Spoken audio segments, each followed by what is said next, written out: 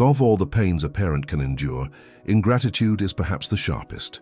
You look back on decades of sacrifice, the sleepless nights, the financial struggles, the emotional energy poured into your child's life. And when you look for a simple thank you or a gesture of appreciation, you find only silence, entitlement, or even resentment. This lack of gratitude feels like a betrayal of the unspoken contract of parenthood.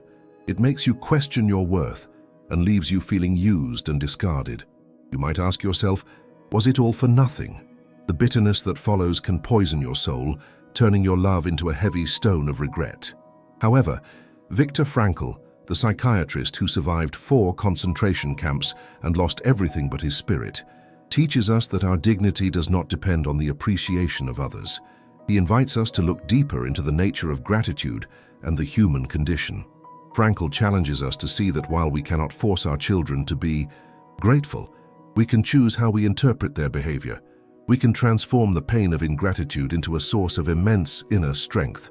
Today, we will explore 7 powerful truths inspired by Frankl's logotherapy, truths that reveal why this ingratitude happens and how you can rise above it, reclaiming your peace and your purpose. Viktor Frankl's core philosophy is that life holds meaning under any circumstances, even the most miserable ones. When we face the suffering of rejection or unappreciation, we are challenged to find meaning in that suffering. By shifting our focus from the external demand for validation to the internal value of our own actions, we liberate ourselves. We move from being beggars for crumbs of thanks to being kings and queens of our own conscience, knowing that the act of loving is its own reward. Let these 7 truths be your guide out of the valley of bitterness and into the light of emotional freedom. Truth number 1, gratitude is a maturity, not a default. The first truth is that gratitude is not a natural instinct, it is a learned maturity. Frankl observed that human beings are often driven by immediate needs and survival instincts. A child takes for granted the air they breathe and the food on their table. True gratitude requires a level of perspective and empathy that many adults, even in their 30s or 40s, have not yet developed. Your adult child may simply be emotionally immature. They are still the protagonist of their own movie, unable to see you as a separate character with needs and feelings. Recognizing this shifts your pain from "they don't love me" to "they are not yet capable of seeing me." It is a developmental delay, not a personal attack. Just as you wouldn't be angry at a toddler for not thanking you for a diaper change, Frankl invites you to have tragic optimism for your adult child, hoping they will grow, but accepting where they are right now. Their lack of gratitude is a reflection of their limited vision, not your limited value. By accepting this truth, you stop waiting for water from a dry well. You release the expectation that they should know better. This release lowers your blood pressure and quiets your resentment. You can look at them with a mix of pity and patience, knowing that the inability to feel gratitude is a spiritual poverty that hurts them more than it hurts you. Truth number 2, the distortion of memory. The second truth is that memory is subjective and often distorted. You remember the sacrifices. They remember the stress. You remember the expensive gifts. They remember the arguments over grades. Frankl taught that 2 people can experience the same reality but interpret it in completely different ways based on their will to meaning. Your adult child may have constructed a narrative of their childhood where they are the victim and you are the antagonist. In this distorted version of history, gratitude feels like a betrayal of their own pain.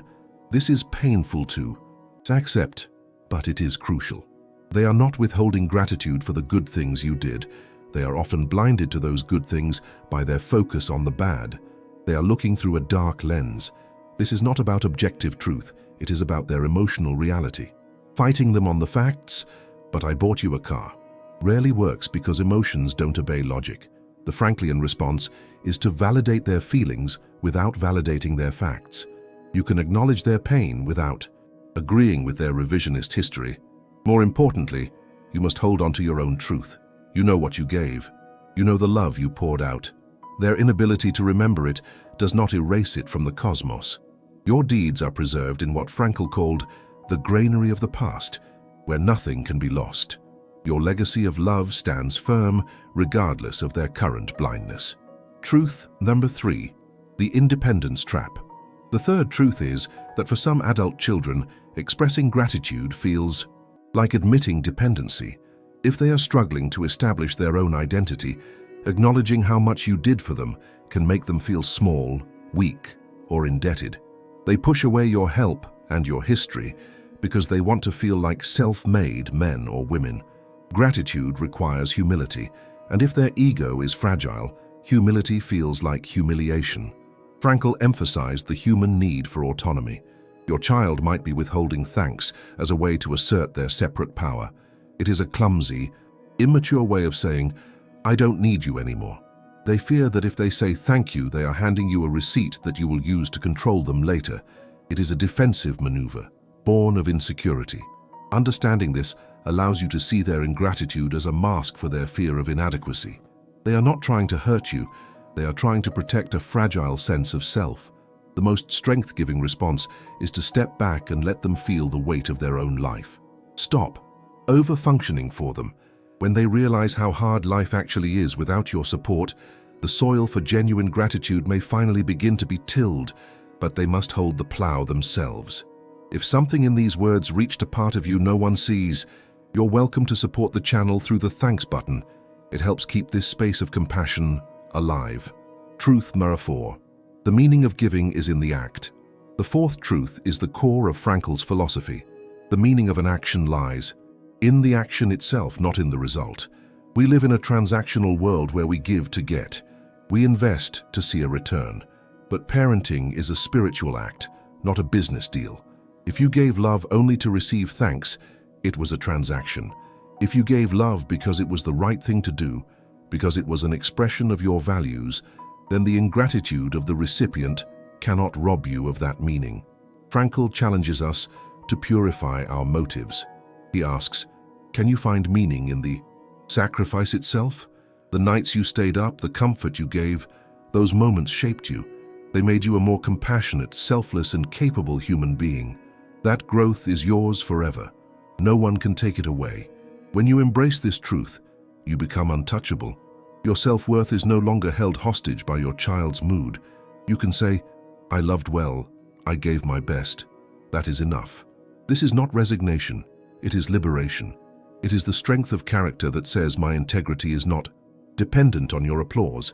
You find peace in the knowledge of your own goodness. Truth number 5, the silent ledger of entitlement. The fifth truth is that entitlement kills gratitude, and entitlement is often a cultural disease. We live in an age that preaches rights without responsibilities. Your adult child may believe they are entitled to your money, your time, and your emotional support simply because they exist.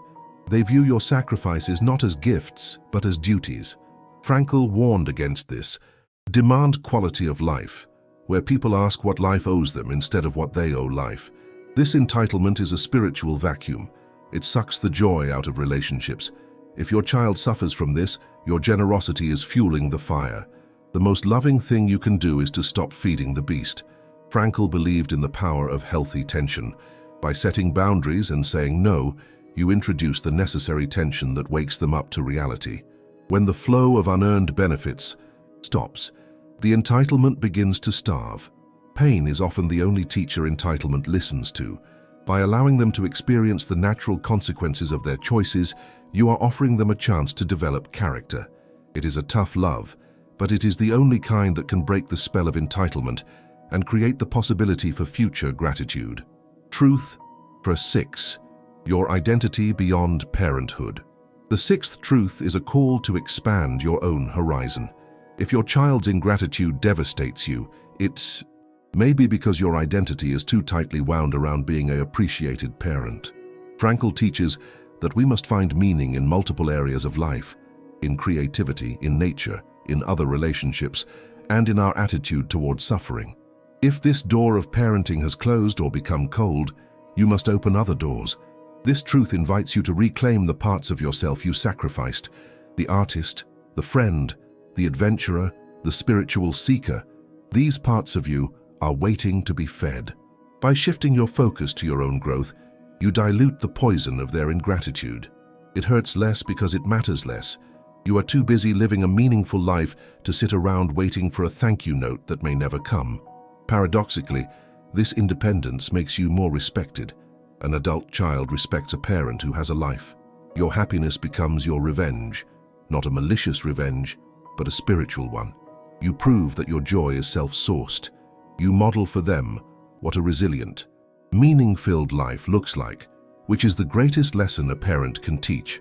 Truth number 7, the spiritual opportunity of forgiveness. The seventh and final truth is that ingratitude is a supreme spiritual test. It is an invitation to practice radical forgiveness, not because they deserve it, but because you deserve to be free. Frankl saw forgiveness not as a feeling, but as a choice to cut the cord of resentment that ties you to the offender. Holding on to bitterness is like drinking poison and expecting the other person to die. This truth asks you to love them from a distance if necessary, without the expectation of return. This is the agape love of the saints. It is easy to love those who love us. It is divine to love those who ignore us. By choosing to forgive their blindness, you ascend to a higher level of spiritual maturity. You break the cycle of pain. You can say to the universe, I release them. I release the debt. In that moment of release, you get your life back. You transform the pain of rejection into the strength of compassion. You become the hero of your own story, no longer the victim of theirs. The ingratitude of an adult child is a cold wind that blows through the heart of a parent. But as Viktor Frankl shows us, we can build a shelter of meaning that no wind can topple. By embracing these 7 truths, that gratitude is a maturity, that memory is distorted, that independence can look like rejection, that giving is its own reward, that entitlement must be starved, that your identity is vast, and that forgiveness is freedom, we transform our pain into an unshakable strength. We stop begging for validation and start living with dignity. We realize that our worth was never in their hands. It was always in ours. You have loved well, you have given much, let that be your peace. The silence may remain, but it no longer has the power to hurt you, because you have filled it with the richness of your own spirit. If this video spoke to your heart, please share your thoughts in the comments. Which truth did you need to hear the most today? Your story helps us all heal together.